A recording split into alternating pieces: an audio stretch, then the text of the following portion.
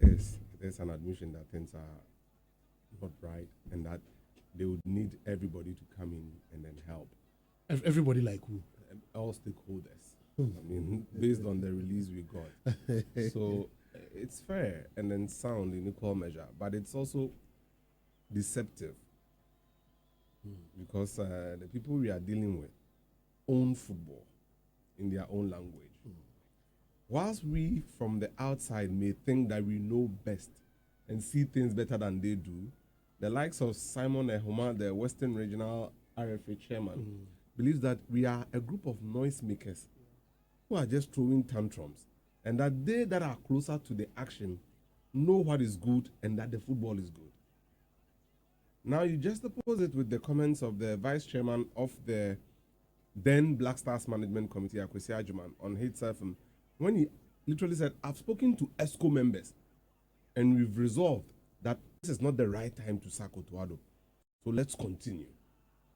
That was Monday. Yeah. Then on that same Monday, Shadow is on Happy FM and also toes that line.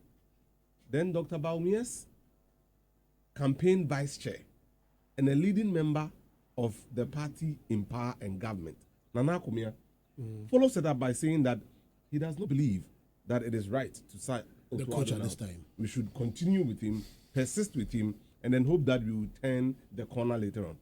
This is a classical political playbook, and it's not the first time we are witnessing it under this government. When we were looking to hire Hugo Bruce, it took just Osei Chairman Sabonsu on Kesmen then to say that as the leader of government business, he's saying that the government should be looking at hiring local coaches. Then Kwesi was in Sudan. Kwesi Appiah was brought on. So it's the same line we are towing. You put everything together, the decision has been taken already. What we saw on Wednesday is literally a charade. Yeah. And then we are postponing it to next week. They are not evaluating anything. Otuado asked for job security before he decided to leave what he was doing in Germany to come and take our national team contract. And so we are giving him that security now. We have done that with the contract he has. Now I'll be surprised if one of the KPIs in his contract, the very basic, is qualifying us for the AFCON. Failure to do so means we could terminate the contract. If that is not there, I'll be very surprised. But then in this country, you don't have to be very surprised about things concerning the Black Stars, Stella. I agree with Dr. Uso answer that we have declined. We have. And we were not admitting it then. So it made it difficult for any physician of football to prescribe the right medication for our football. I don't know if it was because of budgetary temptations. Like we don't have to take budget to government so that they approve. So let's tell them Black Stars are doing well. Black Stars would win a trophy. You see, if I were the Minister of Youth and Sports, something that I wouldn't even want to be, what I'll be doing is that I see Iñaki Williams score a goal, then I'll cut the video, put Ghana flags on it, and then send it to the president. President, Iñaki is raising the flag of Ghana high. Could you score? I do same. Then I pray for Semenyo to score against Manchester City. Then I take another video, put Ghana flag, pimp it, and then send it to the president. So the president would see the tourism aspect of it and the fact that Sons of the Land are doing so well. So when you take a budget to him that these same boys are coming to play for Black Stars, so let's, oh yes, I approve. Then they go. But the reality is that we have a good set of individual players, but we don't have a collective unit of a team. We actually don't even have a structure that will let these people play well. So we should have admitted this long ago. It's not been just one sports minister or one FA president. Dr. Kofi Amwa, you and I were there in that hotel in Ismailia, Egypt, when he said that he believes that we will win. I see him descended from his hotel room and also came and then looked at us and said, look, Black Stars will win this trophy. Trust me. And we nodded. When we lost to Tunisia, how many hours did we spend that night in that room with them? We left around 2 a.m. So it's been rinse, repeat, rinse, repeat. That's what I've been saying on the rinse, repeat. It's the same thing. That's what we've been doing. Look, you and I know very well this Black Stars Management Committee has been non-functional. Yeah, sure. So I'm surprised. So you even asked whether they were existing. Exactly. We are now saying that we have dissolved it. No, it's been dissolved. It's not been in existence. Yes. So, I mean, what are we doing? The idea that we have a group of people managing a national team is archaic. These are, imagine sequence. And I remember, Sikens. We went to Malawi with Sikens, and he was part of the Blackstars management committee. And he asked himself that, what was he really going to add up to what they were doing? There was nothing. I mean, but just that Patron was part of the Blackstars management committee, so that was it. That's it. But so now, I was just asking a friend earlier on yesterday that, so now they resolve it. What they are going to do now is that they are going to recompose it. They are going to recompose. Absolutely, and already names are flying. Then, yes, and then they will get another management committee. Then we go on. So that's the same thing. So we are just recycling. We are not changing anything. You don't do the same thing and expect to get different results. Einstein, yes. Einstein said, we do this all the time. George Amwako was the management committee chairman when we went to Cameroon. When we came back, his committee was dissolved. Mercado has been there. We failed in Qatar. We failed in La Côte d'Ivoire. He's been there and about. Isn't it striking that we had a management committee and then it has now been dissolved? We are playing a game as crucial as that game against Sudan in Benghazi. And the management committee chairman is in the US.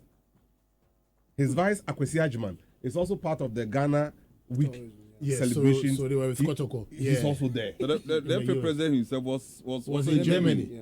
Was in Germany. It's Randy that led that delegation to Benghazi. And that was a very crucial game. Can you imagine? So now, imagine you are one of these boys. Now, you don't see any of these big players from the above. The August are not there. What would you do? The next match, you won't come. I just saw Semenyo's post that he took the period. And I told friends that, look, these boys are not injured. They've abandoned He says he's had some good rest at Iberia. So Amazawa, fine. He's now come to play for his club. That is it. I can't blame them. We are He didn't say he went for treatment. No. You saw the FA release. Tendon and overload of matches and tendon and what. Patella tendon injury. No, but it's getting disrespectful to folks. I mean, they are being disrespectful towards us. Don't you think? Oh, it's been like this for some time. It is. That's why Shadow was bold to say that looking at the kind of football they played, the results didn't come, but the football... It didn't reflect on how they played. You see, just like politics is a zero-sum game, football is a results game. So if you don't get the results, no matter how you play, nobody cares about it. That goes from the week till league matches are played today and tomorrow. We are all preparing to make use of 90 minutes and come out victorious. Yeah. So it pains me. We have to look. You said this, but I didn't pay attention then. See, when they told us to go and get those Black Stars apparel from the gentleman at the FA who does that, Alex, and you were like, Charlie, I have no idea what Black Stars will become going into the future. Then I was like, oh, Dela was awesome. Go and take yours. This is Black Stars, you never know. It was a prophecy. When we left the Ebimpe Stadium after that game against Mozambique, we were all wondering. I was there. Yeah, we were all wondering that when are we coming back here? Could it be that we will not even be here? Like joke. The next tournament, we are not going there. Yeah, we are not. And it's been coming. Have you seen? So we are deteriorating? The last AFCON that we qualified for, we qualified on the last day. Yeah.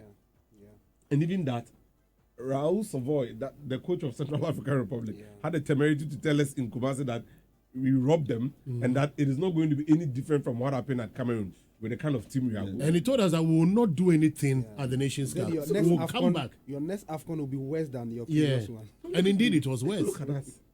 So in 2017 semi-finals, 2019 1-8, 2021-22 group stage, 2024 group stage, 2025 we are out. It's been coming. You see the decline? It's been coming. It's been plummeting. It's been coming, yes.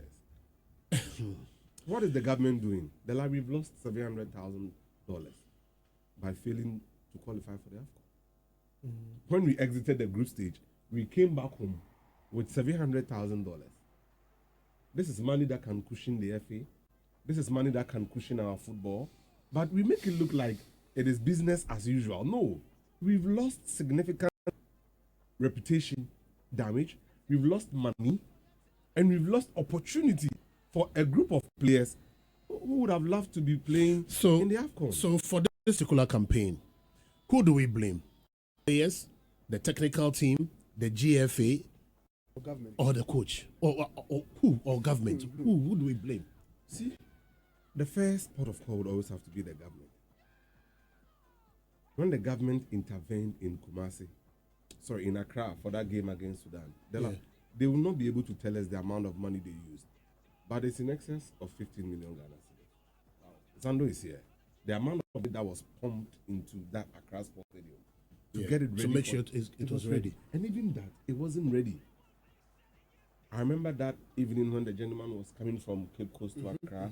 The minister was there, the deputy was also there. They were literally doing a vigil, waiting for him to come with the board chairman of NSA. And then Kate was constantly on the phone with Mochepe that evening, speaking. Still, he didn't agree. They softened their stance. Then the president had to intervene, and Gfa himself had to intervene. Now look, we cannot play this game outside Ghana. I've built a campaign for my successor on infrastructure. I've spent money on AstroTurfs, youth resource, this, I've renovated. But look at you.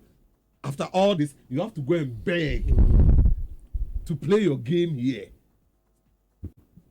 So, you see, because of the political damage, everything was thrown into it. We spent more time fixing that stadium than fixing the team. Yeah. We're more concentrated on getting the facility ready than. Absolutely. So we took our eyes off the team itself. Now we took supporters to Benghazi. Even looking at the yes, we did. The flight from Accra to Benghazi was a chartered flight that had Ghanaian supporters there when we played against Sudan. Now we believe that we could lobby CAF again and convince our friends from Niger to switch from Morocco to Togo, which they did. Came to play here, we asked supporters to go and support them. They did their job. But were you able to do your job? Once you were fixated on Sudan should lose. It was as if you are going to win all your 2 matches automatically. Just say, you try to say, what they wash it. But the man said 5 players in that team cannot play in his team dream session. So obviously, in his mind, he thought it was automatic win. So you see the players. Atta Poku was earlier talking about the players and the fact that some of them. I agree that. I mean, if you look at the material that we have and reading Semenyo's post clearly tells you that some of the players are not. Oh, they were disinterested in what they were doing. They are not interested in the Black Stars. They were disinterested. They were not interested.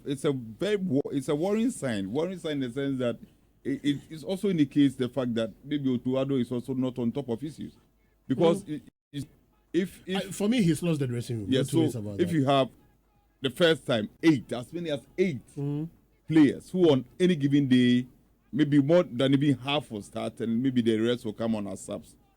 Inaki Williams, Tariq Lamte, Jonas Ajete, that one is Jerome Opoku, Semenyo, Alex Jiku, Osman Ibrahim, Joseph. But these were players he invited. Yes. Because he knew that they were available. you are available, so he invited them.